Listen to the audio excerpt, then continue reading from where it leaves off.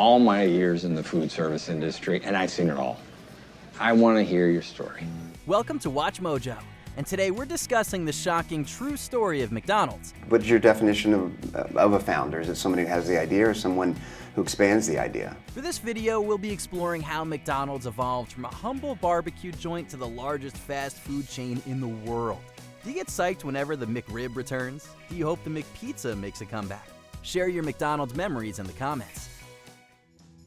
Today, McDonald's is a universally recognizable brand with almost 40,000 locations worldwide and over $21 billion in revenue. Although we all recognize the Golden Arches logo, you might not be familiar with the ones behind the M. Of course, there's some debate over who the true founder was. In any case, it all started with McDonald's brothers, Richard and Maurice, or Dick and Mac. The fries, what about them? They're 5% too crisp. The sons of Irish immigrants Patrick and Marguerite McDonald. The brothers were raised in Manchester, New Hampshire during the early 20th century. Growing up with little money, the brothers were motivated to make their own fortune, especially when their father got laid off from G.P. Kraft's shoe after 42 loyal years. A victim of ageism, their father didn't even receive a pension. When the brothers moved to California, they didn't immediately go into the food industry.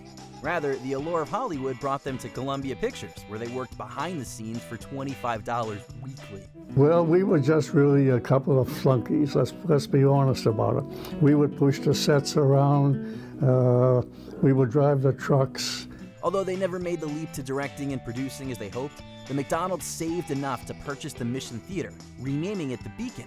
1930 wasn't the ideal time to own a theater, however, as the Great Depression was underway. Everybody in the town was literally starving to death. The businessmen, you know, the department store, drugstore. Drawing from a profitable root beer stand called Wiley's, the brothers sold the theater in 1937 to enter the restaurant business. That same year, they opened a food stand in Monrovia named the Airdrome near the airport. Selling hot dogs, burgers, and all-you-can-drink orange juice, the stand proved successful enough for the McDonald's to pursue greater horizons. Cutting their old stand in half, the brothers transported it to San Bernardino, where they opened McDonald's Barbecue in 1940.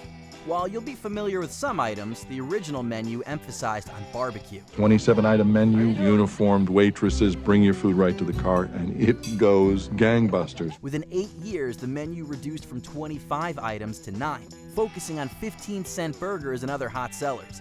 After temporarily shutting down, McDonald's reopened with a self-service model. Patrons were initially confused and angered to drive up without any car hops to take orders. The brothers were onto something revolutionary, however. Walk up to a window, get your food yourself.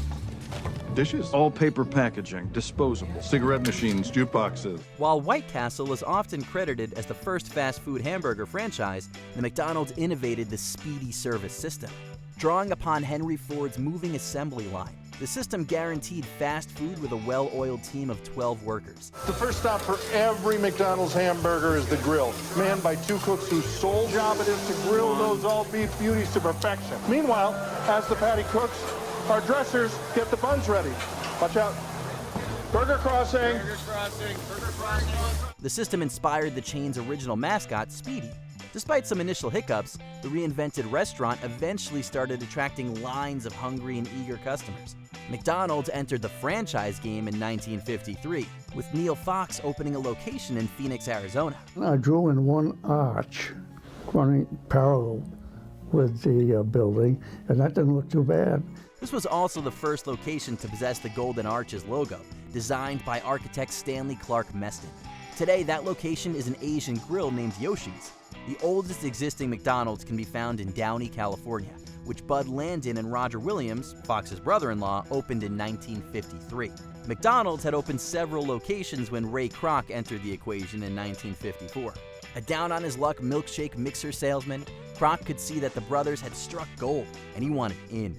This whole thing, this is some operation. Care for a little tour? By 1955, Kroc opened a location in Des Plaines, Illinois, making $366.12 on the first day. I liked the sound of it. It sounded wholesome and it sounded genuine. While this location was demolished in 1985, a replica was later made called McDonald's No. 1 Store Museum, despite not being the first. When I saw these lines and your whole operation and I tasted your product, I knew what needed to happen. franchise. Having met Walt Disney during World War I, Kroc attempted to open a McDonald's in Disneyland, which was opening later that year. While this didn't materialize, Disney and McDonald's would eventually enter a partnership, resulting in the nickname McDisney. Kroc, meanwhile, still found immense success as a franchiser. In 1959, the 100th McDonald's location opened in Chicago. While Kroc always wanted to go bigger, he didn't see eye to eye with Dick and Mac. God damn it! Although the brothers started the original restaurant, Kroc founded McDonald's Systems Incorporated, now the McDonald's Corporation. Ray was a great idea man, and he'd have one probably every 15 minutes. But some of them were not gems. Through the McDonald's Franchise Realty Corp. And the help of businessman Harry J. Sonneborn, Kroc firmly established himself as the face of McDonald's. The brothers finally relented in 1961, selling to Kroc for $2.7 million, about $25 million today. While not an insubstantial sum, it's only a fraction of the $56 million McDonald's was making annually by 1960, not to mention what the company's worth now. Dick, Mac, let's make a deal. Kroc made a handshake deal that promised the brothers 0.5% of future sales, but the McDonald's and their heirs have yet to see any royalties. Kroc wasn't done clashing with the brothers, who tried breaking back into fast food with a new restaurant called the Big M. In retaliation, Kroc opened a McDonald's a block away, driving the brothers out of business. Identifying as the founder of McDonald's, Kroc continued to grow the company with Hamburger University launching in 1961. Our professors teach us, very important life skills about, customer relations and most importantly, running a multi-billion-dollar company. Kroc would do away with the original Golden Arch design in favor of the now iconic M logo.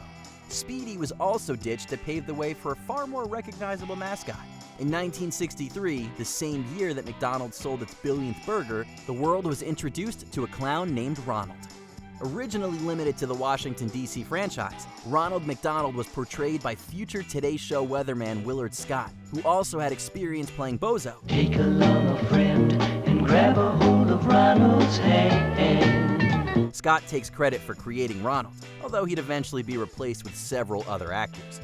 Ronald and his friends resided in a magical world known as McDonaldland, which debuted in the early 70s. Now just turn around and see if you won't find a hamburger patch. However, puppeteers Sid and Marty Krofft couldn't help but notice that McDonaldland shared a striking resemblance to their show, H.R. Pufnstuf. Mayor McCheese, in particular, had more than a few things in common with their titular character. How do you mash it? Pufnstuf'll do. The court ultimately sided with the Kroffts, while McDonaldland was eventually phased out. In recent years, Ronald McDonald had taken on a reduced role due in part to the 2016 clown sightings. Ronald didn't do anything to anybody. He should still be able to run around like a clown as he wants to. Yet, he remains an iconic figure with Ronald McDonald House Charities still reaching out to children in need. While corporate mascots can live on for generations, the same can't be said about founders.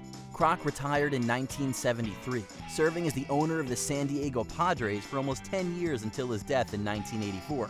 The same year, McDonald's sold its 50 billionth hamburger. October 5th, Kroc's birthday, is still regarded as the company's Founders' Day. However, it took decades for Dick and Mac to also become regarded as founders of McDonald's. Around the same time Dick moved back to New Hampshire, Mac passed away from heart failure. Dick died in 1998, leaving behind an estate of just under $2 million. Before we continue, be sure to subscribe to our channel and ring the bell to get notified about our latest videos. You have the option to be notified for occasional videos or all of them. If you're on your phone, make sure you go into your settings and switch on notifications.